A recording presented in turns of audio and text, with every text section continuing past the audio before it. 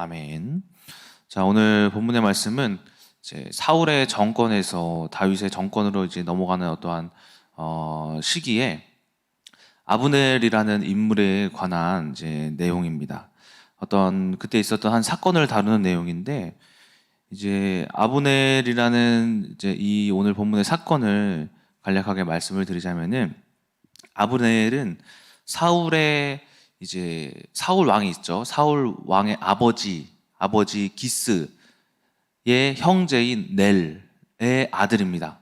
그러니까는 사촌지간이었어요. 사울과 아브넬은 사촌지간, 그들의 아버지는 형제였다라는 거예요.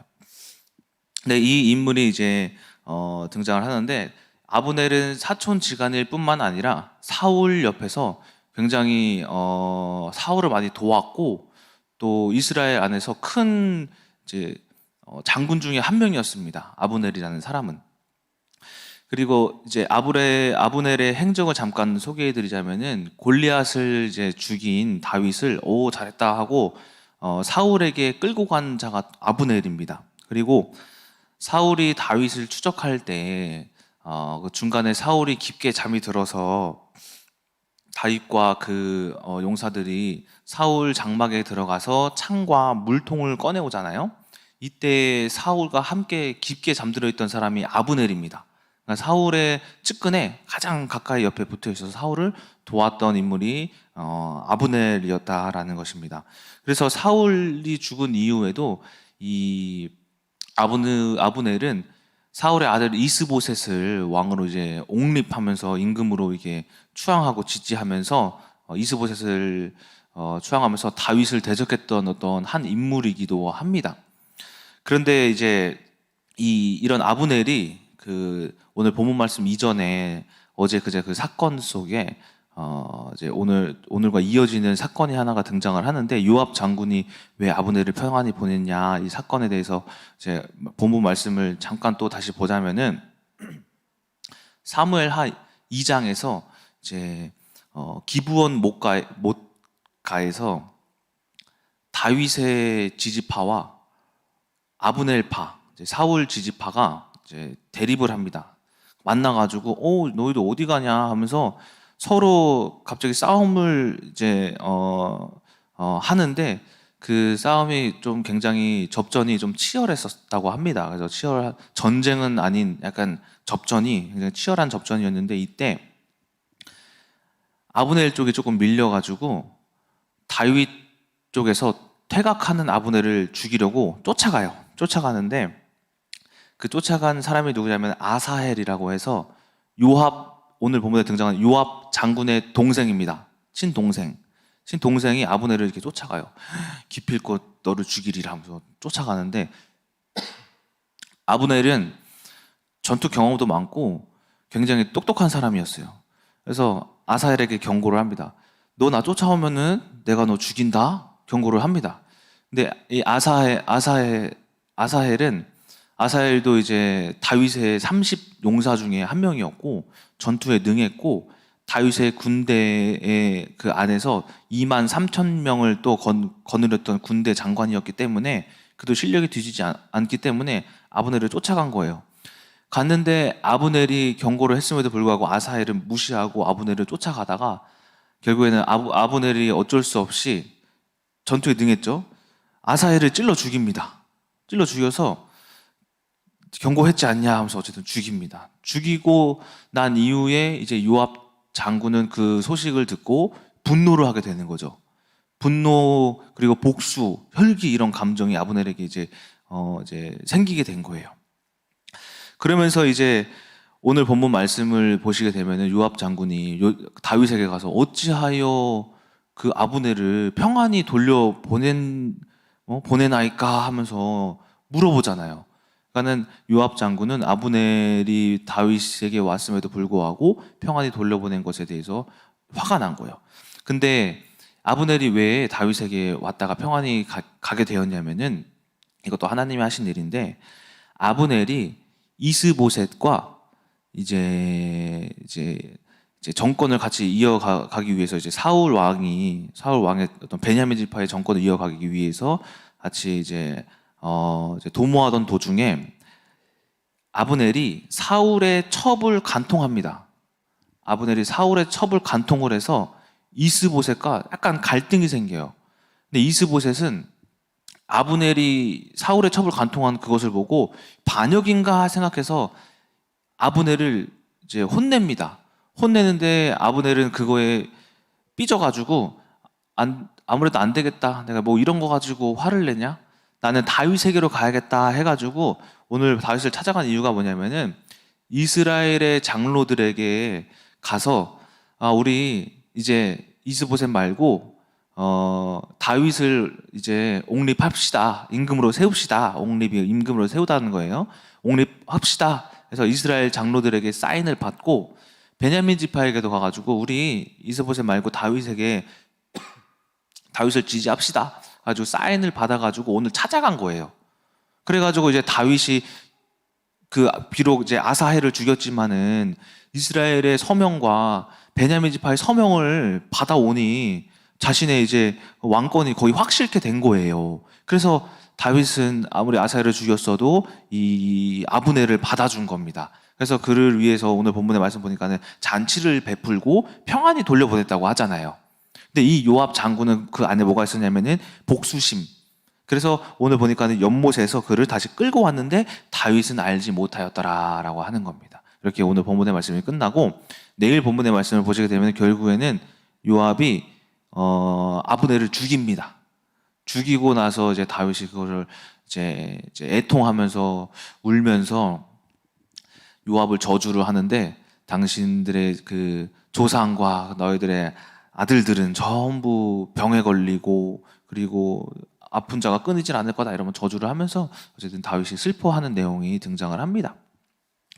자, 오늘 이 본문 말씀을 통해서 우리가 볼 수 있는 것은 뭐냐면 두 사람의 행동, 두 인물의 행동에 대해서 볼 수가 있는데 아브넬을 두고 두 인물이 어떠한 행동을 했는지 이제 등장을 합니다. 첫 번째, 다윗은 비록 자신을 죽이려고 쫓아오기도 했었던 사울 왕 때 함께 동행했었던 아브넬을 결국에는 용서하고 품어주는 행동을 했고, 그런데 반대로 요압 장군은 그럼에도 불구하고 자신의 동생을 죽인 것에 대한 그런 육신의 생각이 남아 있어서 복수하고자 하는 마음이 들어 그렇게 행동을 합니다.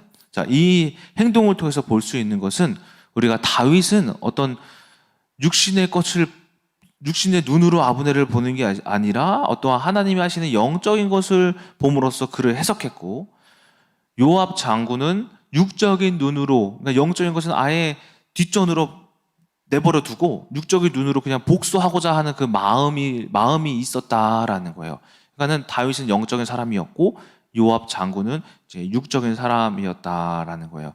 나중에 요압 장군이 또 자기 멋대로 행동해가지고 그 아마샤라는 사람을 죽이면서 나중에 다윗이 유언할 때 솔로몬에게 이런 말을 해요. 요압 장군의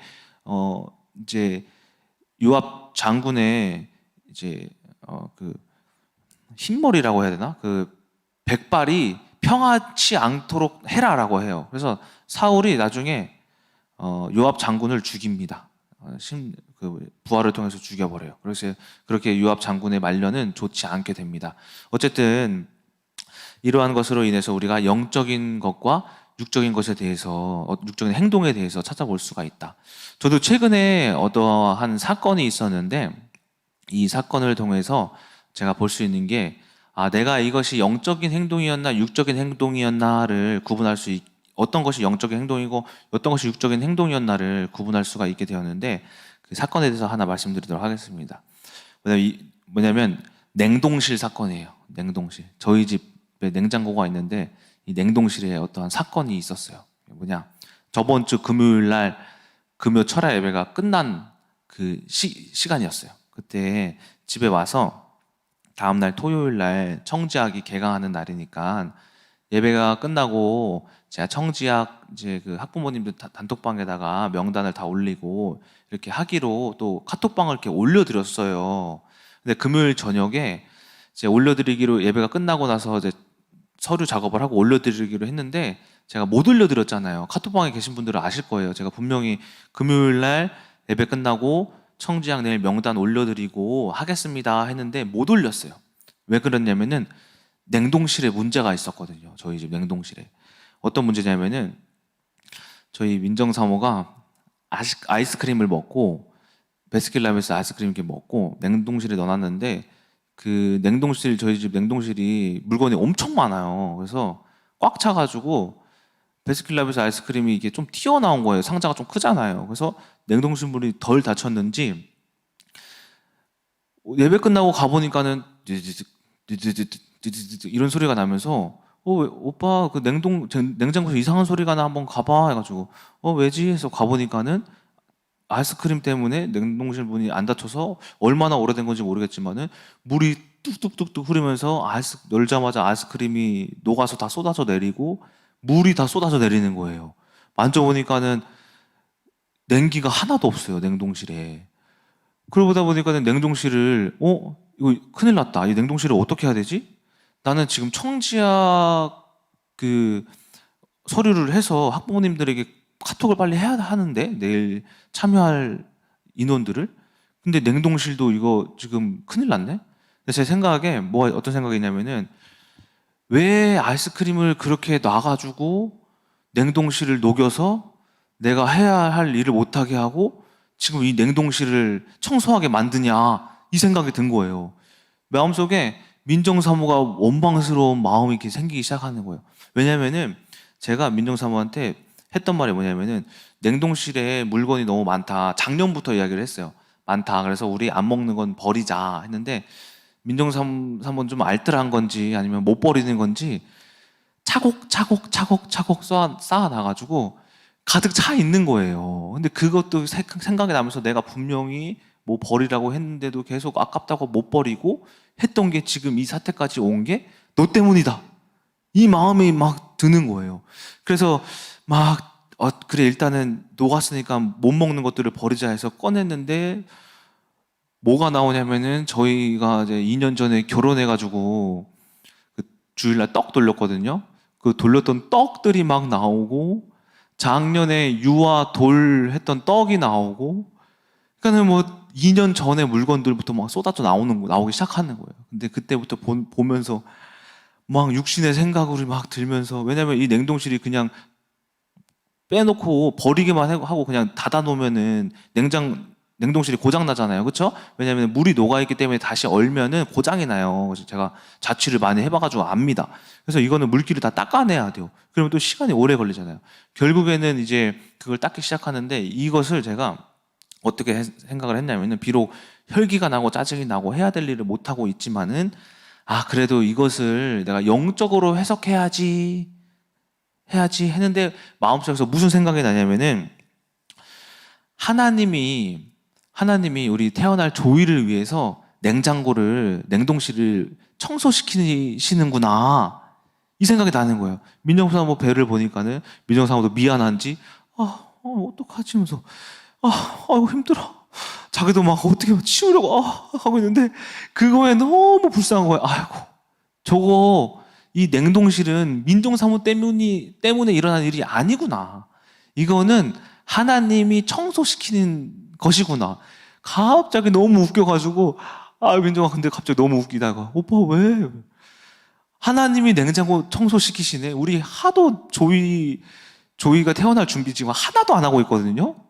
아무것도 안 하고 물건만 사고 정리를 하나도 안 하고 있는데 하나님이 이거 보시고 억지로나마 냉동실을 청소시킨다. 이거 되게 재밌다. 그러니까 민정사모는 그 웃고 있는 제가 이상했나 봐요. 그래서 그래? 그랬구나. 근데 오빠가 그래도 화 안 내서 나는 너무 좋다. 오빠가 버리라고 해서 솔직히 말해서 내 잘못인 게 맞는데 오빠가 화낼 만도 한데 화를 안 내네? 이런 이야기를 이렇게 하는 거예요. 그래서 내가 나도 화는 나는데 근데 해석을 잘 해야지 하면서 막 조이를 위한 준비, 자녀를 위한 준비지 하면서 막 냉장고를 새벽 1시 반까지 청소했어요. 2시간 동안. 그래가지고 카톡을 못했던 거예요. 청지학 카톡을. 어쨌든 그런데 그 다음날 이제 청지학이 이제 시작이 돼가지고 이제 아침에 일찍 일어났는데 무슨 이상한 냄새가 막 나는 거예요. 냄새 나는 거 나가지고 보니까는 민정사모가 한 7개월 만인가? 밥을 하고 있더라고요. 집밥을 해주는데 그 집밥이 보통 집밥이 아니라 막 고기 반찬에 뭐에다가 뭐 나물에다가 뭘 하는데 갑자기 왜 이래? 아니 내가 너무 집밥을 안 해준 것 같아서 그래서 배가 나와서 힘들긴 하지만 그래도 어저께 오빠가 그 복음으로 해석한 것에 또 고맙기도 하고 해서 그 고기도 한번 꺼봤어 하는 거예요.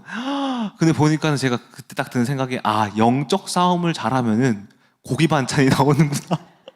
고기 반찬이 나오는구나. 이렇게 된 거예요. 그러니까는 오늘 본문 말씀에 다윗이 아브넬을 해석했던 것과 요압이 아브넬을 해석했던 것에 있어서 우리가 다윗의 길을 따르는 자들이 되셔야 한다라는 겁니다. 자, 그래서 제가 오늘 이번에 이제 워치마니의 영에 속한 사람을 이제 읽으면서 이번에 읽고 있는 부분이 어디냐면 중생이라는 부분이에요. 중생. 이 중생이라는 것은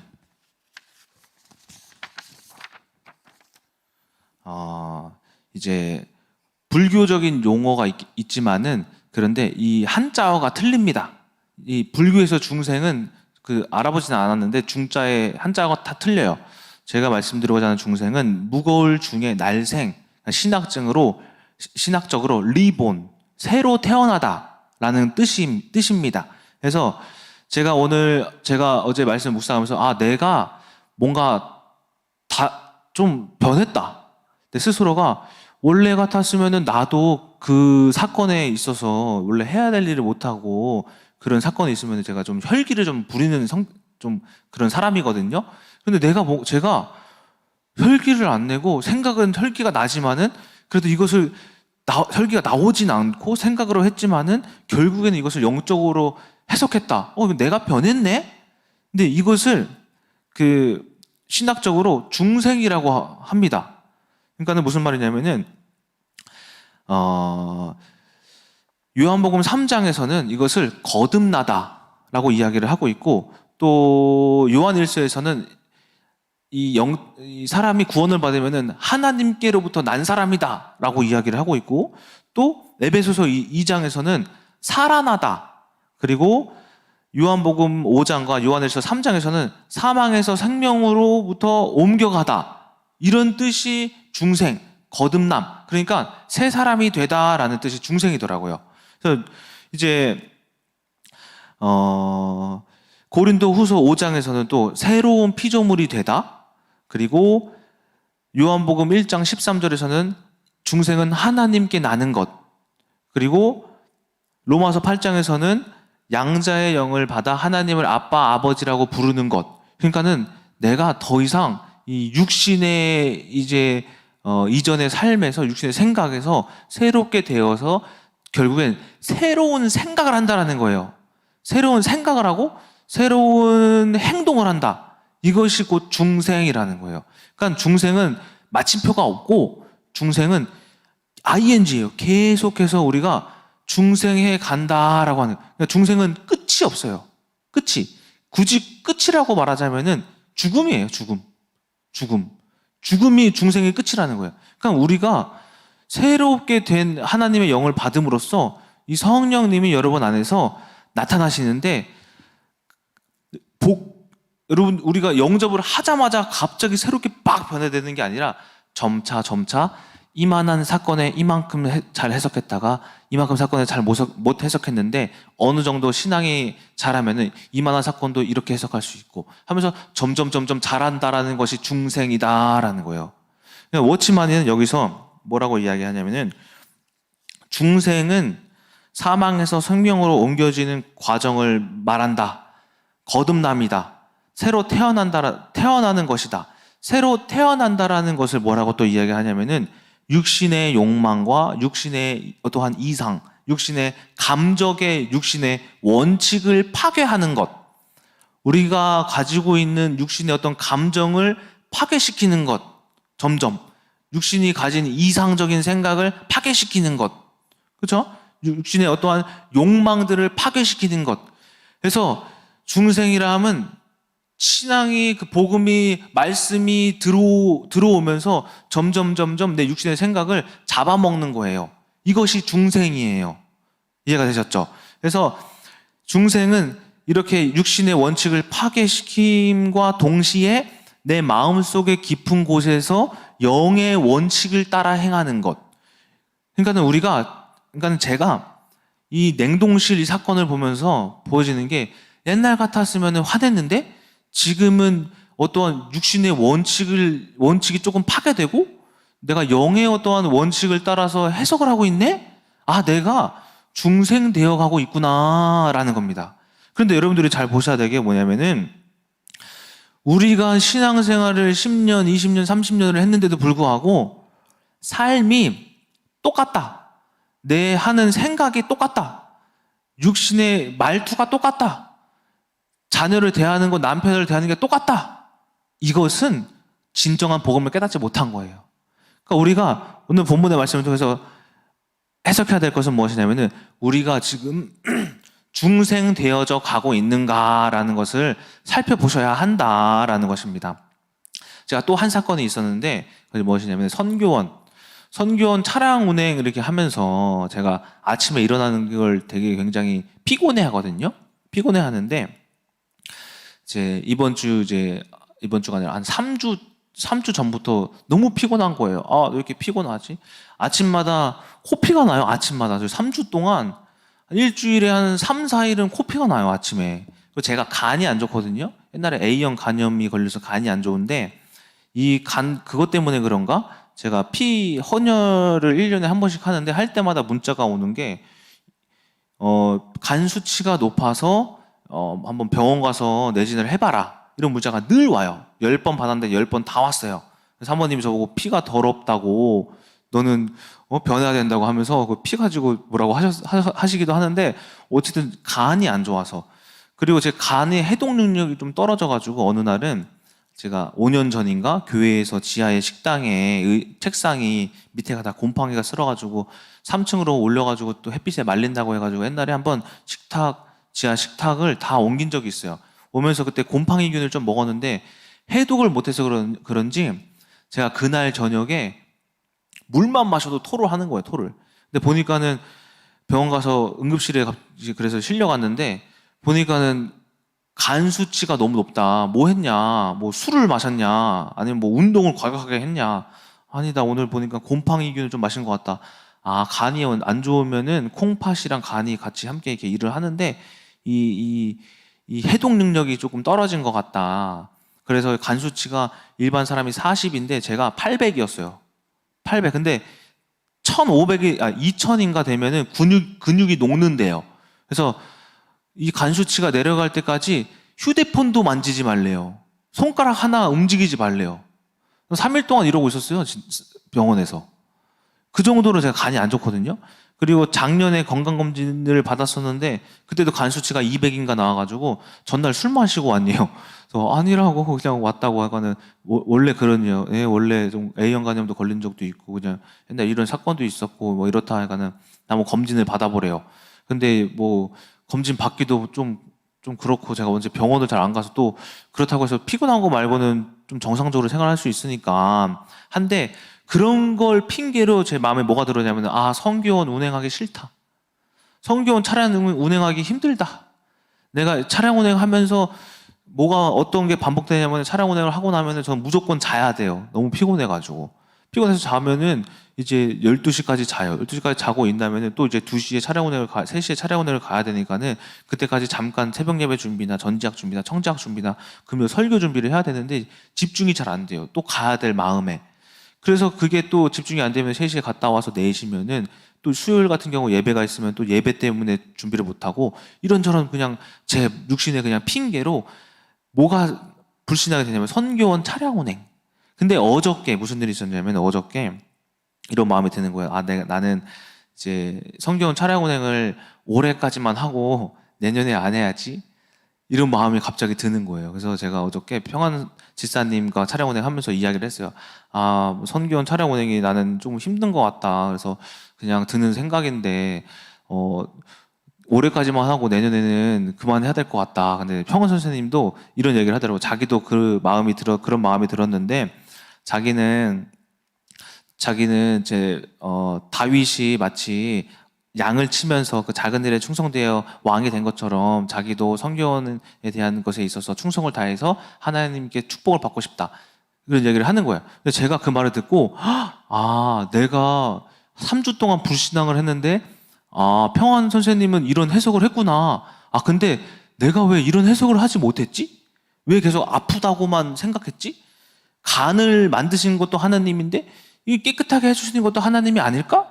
이 피곤하게 만드는 것도 하나님이 능력으로 힘을 주신다고 하는데 이사야 말씀에 독수리가 날개치며 올라간 같이 새 힘을 앙망하는 자는 새 힘을 주시리라 하는데 왜 내가 이걸 몰랐지?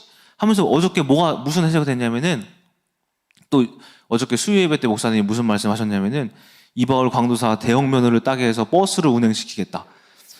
그거에 도장을 찍었어요. 나는 내가 생각하는 그러니까 말씀 준비가 먼저가 아니라 나의 먼저는 하나님이 시키시는 일에 순종하는 게 먼저구나. 그래서 내가 없어지거나 선교원이 없어지지 않는 이상 차량 운행은 내가 해야겠다. 이 마음이 이렇게 들었어요. 근데 보니까 어제 말씀을 묵상하면서 드는 생각이 이러한 마음이 어디서부터 나오는 거냐면은 바깥에서도 나오는 게 아니라 안에서부터 뭔가 성령님이 말씀하시는 것이구나. 이런 생각. 그러니까는 이전의 생각이 아닌 새로운 생각이 등장하는 게 이것이 중생이구나. 라고 하면서 워치마니가 이야기한 육신의 생각, 정욕, 감정들, 피곤함 이런 것들을 깨트리는 거.